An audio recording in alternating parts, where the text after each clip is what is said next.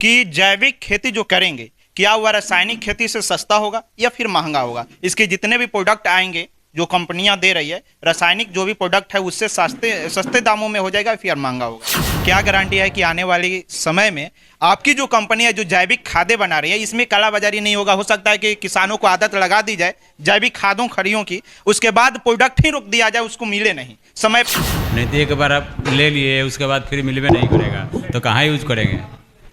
हाँ, बहुत अच्छा सवाल है सर का। तो मैं ये आपको आश्वस्त करना चाहता हूँ कि अब हम लोग एक सप्लाई चेन भी यहाँ अभी, चूँकि मैं शुरुआत में ही मैंने बोला था कि पिछले 3 महीने से हम लोग बिहार में आए हैं, इससे पहले कि क्या आगे हम अभी जो खेती करते हैं उसमें क्या बदलाव करें ताकि उस बदलाव से हम। देखिए, आजकल खेती करने की अगर बात कही जाए तो किसान काफ़ी डरे हुए हैं, क्योंकि खेत में जब पूंजी लगाते हैं तो उनको वापस लाने के लिए कई कर्म हो जाता है, उसके बावजूद भी उनका पूरा फसल तैयार नहीं होता है और कहीं ना कहीं कभी कीट खा जाता है तो कभी कोई जानवर बर्बाद कर देता है। उसी बीच में आजकल जो जैविक खेती की बात की जा रही है बहुत ज़्यादा तेज तरीके से अपनाया जा रहा है और गांव गांव में घूमकर प्रचार भी किया जा रहा है कि आप रासायनिक खेती को छोड़िए और जैविक खेती की तरफ बढ़िए, क्योंकि अगर रासायनिक खेती की बात करें तो हर चीज में केमिकल्स मिलावट होती है और उसके बावजूद आपके बच्चे, आप और आपके पूरा परिवार बीमार होते जा रहा है। अगर बात करें बीमारी से बचने की तो एक ही उपाय बताया जा रहा है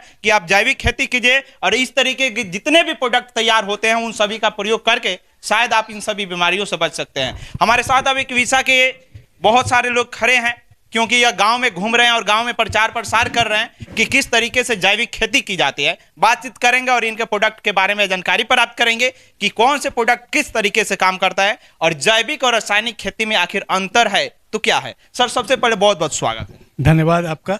मैं तो छपरा से ही हूँ और हमारी कंपनी गुड़गांव बेस्ड है और पूरे लगभग 4 स्टेट में हम अभी बहुत ज़्यादा एग्रेसिवली काम कर रहे हैं। अभी हम लोग बिहार में पिछले 3 महीने से गांव-गांव में घूम रहे हैं और किसानों के बीच जाके जानने की कोशिश कर रहे हैं कि आखिर क्या समस्याएं हैं किसानों की, क्या-क्या समस्याओं से वो जूझते हैं। कहीं अभी चर्चा हो रही थी कि पशु कुछ नीलगाय वगैरह उसको तबाह कर देते हैं, कुछ मार्केट प्रोवाइड नहीं होता है, कुछ और भी जो इनपुट मिलना चाहिए गवर्नमेंट की तरफ से वो समय पे नहीं मिलता है, बीज नहीं मिलता है, कभी खाद के लिए किल्लत होती है। तो ये सारी समस्याएं हम देख रहे हैं।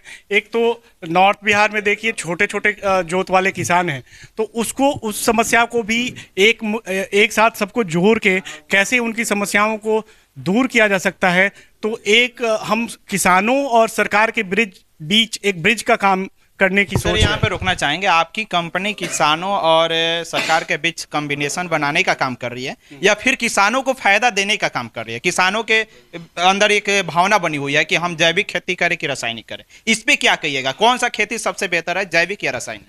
देखिए, इस पे हम अभी तो बहुत सारा चर्चा हमने इस पे किया है और निश्चित रूप से आगे आने वाला भविष्य जैविक और कार्बनिक खेती का ही है, क्योंकि जिस तरह से अंधाधुंध रासायनिक खादों का इस्तेमाल हो रहा है और हुआ है पिछले कुछ सालों से हमारे देश में, इससे कई ऐसे स्टेट हैं, आप अगर पंजाब का उदाहरण लें तो वहाँ की मिट्टी अब वहाँ से उपजी हुई जो फसल है वो खाने योग्य नहीं है। वहाँ अगर आप उसको एक्सपोर्ट करते हैं यूरोपियन मार्केट में या विदेशी मार्केट में तो वो रिजेक्ट कर देते हैं। तो अब आने वाला भविष्य कार्बनिक खेती की तरफ है, जैविक खेती की तरफ है।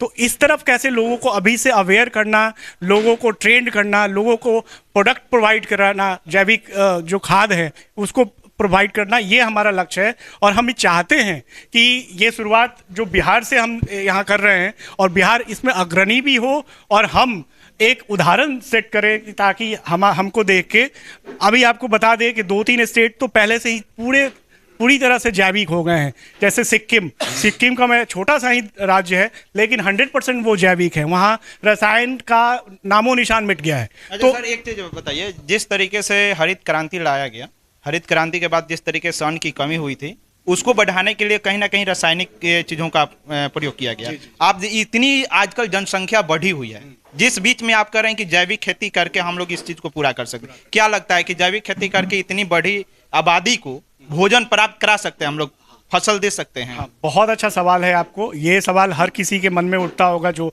इसको गहराई से सोचते होंगे कि क्या जैविक खेती से प्रोडक्शन कम होगा?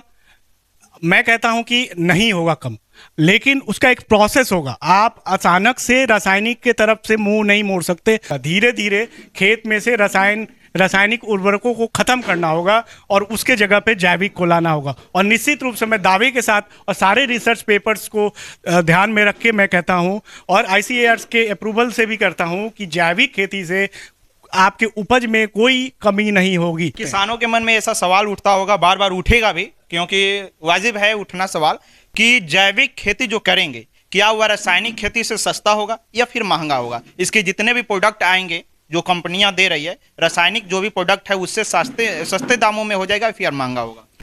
आप अच्छे से वाकिफ़ हैं कि अभी रासायनिक खाद और इस तरह के खाद के लिए किस तरह कालाबाजारी चल रही है और कैसे कैसी दिक्कतें किसान भाइयों को हर स्टेट में भुगतनी पड़ती है। तो सर एक चीज़ यहाँ रोकना चाहेंगे, आप जैसे बता रहे हैं कि रासायनिक के खादों खड़ियों में जैसे कालाबाजारी चल रहा है, क्या गारंटी है कि आने वाले समय में आपकी जो कंपनी है जो जैविक खादें बना रही है इसमें कालाबाजारी नहीं होगा? हो सकता है कि किसानों को आदत लगा दी जाए जैविक खादों खड़ियों की, उसके बाद प्रोडक्ट ही रोक दिया जाए, उसको मिले नहीं, समय पर उपलब्ध ना हो, तो कालाबाजारी तो यहाँ भी शुरू हो सकता है। देखिए, मैं आपको ये बता दूं कि जैविक जो खाद बनता है इसमें 30% चीज़ें तो आप खुद अपने घर में बना सकते हैं। इसके लिए किसी कंपनी के पास जाने की नहीं जरूरत है। आप अगर कोशिश करें तो वर्मी कंपोस्ट बना सकते हैं। आप कोशिश करें तो अपने जो रेसिड्यू है, जो आपका जो धान का पुआल वगैरह ये सब बनता है, उससे भी कार्बन युक्त जो खाद बन रहा है उससे भी बन रहा है। तो ये सारी चीज़ें आप तो खुद किसान भाई भी बना सकते हैं 30%। रही बात अब 70% की, तो अब जब पूरी कंपनियां इस तरफ, लोग जब डिमांड होगा जैविक खाद का, तो बड़ी कंपनियां भी इस तरफ प्रोडक्शन भी करेंगी और खाद साथ साथ वो उपलब्धता भी रहेगी मार्केट में। ऐसा हम जैविक खेती के तरफ लोग जाएंगे और इसका जो खादों की उपलब्धता है ये भी रहेगी। मैं तो हर जगह यही जाके गुजारिश कर रहा हूँ किसानों से कि 2-3 चीज़ें करें, खासकर बिहार और हमारे इस क्षेत्र के किसानों से, कि एक तो नए जो टेक्नोलॉजी है, जो चीज़ें यूज हो रही हैं, जो अन्य प्रदेशों में यूज हो रही हैं, उसको इम्प्लीमेंट करें, उसको अपने खेती में लाएं। उसके लिए सरकार भी सुविधा दे रही है, पैसे देंगी, सब्सिडी देगी, उसमें हम भी मदद करेंगे। तो एक तो ये। दूसरा, किसानों को रासायनिक खेती की तरफ से धीरे धीरे जैविक की तरफ जाना ही होगा। यही फ्यूचर है और यही भविष्य है, ये हम दावे के साथ करते हैं। जहाँ पे जैविक खेती करने के बाद जो प्रोडक्ट आप उपजाते हैं, जो फसल उपजाते हैं, उसकी कीमत, गुणवत्ता आपको अच्छी और अधिक कीमत देगी। उसकी गुणवत्ता ये आने वाले भविष्य में होगा जब लोग ऑर्गेनिक चीज़ें मांगना शुरू कर देंगे। और बड़े शहरों में तो शुरू कर दिए हैं, अलग अलग बहुत सारे स्टॉल बने हुए हैं जहाँ केवल कार्बनिक चीज़ें मिलती हैं और वहाँ लोग वहीं जाते हैं जो ज़्यादा पे कर सकते हैं। तो इस तरह उपलब्धता अगर बढ़ती जाएगी तो निश्चित रूप से वो फिर अच्छा इनकम भी होगा और किसानों की आय भी बढ़ेगी। सर, किसानों के लिए क्या क्या चीज़ें आपकी कंपनी बना रही है जो खेती में उनको मदद कर सके? किसानों के लिए देखिए, हम मतलब सारी सुविधाएं, मतलब बीज से लेकर मार्केट तक हमारा जो मोटिव है, जो हमारा विज़न है कंपनी का, हम बीज भी प्रोवाइड करेंगे, खाद भी प्रोवाइड करेंगे ऑर्गेनिक, हम उनको असिस्ट भी करेंगे अगर कहीं गलती होती है, कमी होती है। इसके साथ साथ पेस्टिसाइड्स वगैरह सभी हम ऑर्गेनिक फॉर्म में, कार्बनिक फॉर्म में देंगे। इसी बीच में अगर मैं बात करूं जैविक खेती की, तो सबसे चर्चित, अगर सारण जिला की बात करें तो सबसे चर्चित एक किसान है अंशु जी, जो काफी ज्यादा जैविक खेती पर ध्यान दिए हुए हैं। आप वीडियो में देख पा रहे होंगे, इनकी अनेकों ऐसी प्लांटें हैं जहां पर अच्छी अच्छी फसलें उगाते हैं, चाहे वो टमाटर हो, खीरा हो या फिर बैगन हो या मशरूम हो, अनेकों प्रकार की फसल उगाते हैं। सर, ये सभी चीज़ें जो चर्चाएं चल रही है कि रासायनिक चीज़ों को छोड़कर जैविक खड़ियों में हम लोगों को विश्वास करना जरूरी है, क्योंकि सेहत खराब हो रही है। इस पे क्या कहिएगा? जो किसान इस चीज़ को नहीं समझ पा रहे हैं, क्या बताइएगा उन किसानों को कि जैविक पे ज़्यादा ध्यान देना चाहिए या फिर रासायनिक पे? जैविक पे जाने के कारण सिर्फ सेहत ही नहीं है, आज नहीं तो कल हम जो केमिकल से प्रोडक्शन ले रहे हैं आज, तो 10 साल के बाद वो प्रोडक्शन खत्म हो जाएंगे। आप देखेंगे और डाटा देख रहे हैं तो पंजाब हरियाणा वाले को डाटा खत्म हो गई है। जो टॉप प्रोडक्शन थे इंडिया के वो आज नहीं रहे हैं, डाउनवर्ड होती जा रही है। तो जितने हम तेजी से ऊपर जाते हैं केमिकल को लेके, उतने नीचे भी आते हैं। कहीं ना कहीं किसान इस पे फोकस नहीं कर रहा है, केवल वो चाहता है कि मेरा फसल उपजे, उनकी सॉइल भी खराब हो रही है, डिग्रेड हो रही है। तो अगर आप ऑर्गेनिक नहीं जाएंगे तो सॉइल को भी लूज करेंगे, हेल्थ को भी लूज करेंगे। तो आज खा रहे हैं, कल खाने को नहीं मिलेगा। क्या संदेश दीजिएगा किसानों को? क्योंकि आपको जाना ही पड़ेगा, ये सच्चाई है। और जाने के कारण सिर्फ हेल्थ नहीं है, मिट्टी को भी बचाना है, ताकि मेरे आने वाले जनरेशन को खाने को मिल सके। किसानों को क्या संदेश दीजिएगा? वो जाएं ऑर्गेनिक की तरफ ऑर्गेनिक की तरफ भागें, बट भागें। एक स्टेप वाइज जाएं, एक दिन में ना जाएं। फिर उनको वही होगा कि फिर लॉस होगा, फिर वो जाना नहीं चाहेंगे। एक प्रोसेस होती है, उस प्रोसेस के हिसाब से जाए, गाइडलाइन ले और उसके हिसाब से काम करें। ऑर्गेनिक खेती करने के लिए किसानों के मन में बहुत सारा सवाल है कि इसके लिए कहीं ट्रेनिंग मिले, कोई ट्रेंड करे तब हम इस चीज में उतरे, या फिर ऐसा ही डायरेक्ट उतर जाए, फिर घाटे हो फिर वापस भाग जाएंगे। नहीं, फिर वो डायरेक्ट जाएंगे तो घाटा होगा, तो फिर करेंगे नहीं। तो ऐसा उनकी ट्रेनिंग वगैरह कहीं चलता है क्या जहाँ पे ट्रेंड बहुत ज़्यादा गवर्नमेंट का भी है, प्राइवेट सेक्टर भी है, हमारे पास भी है। आप ट्रेंड करते हैं? हाँ, करते हैं लोग। कब समय देते हैं? महीना में देते हैं या फिर महीने में देते हैं। महीना में? कोई अगर आपसे कांटेक्ट करना चाहे तो किस तरीके से कांटेक्ट? मेरे नंबर से कॉन्टेक्ट करते हैं, या नंबर बता दीजिए। 9471927021।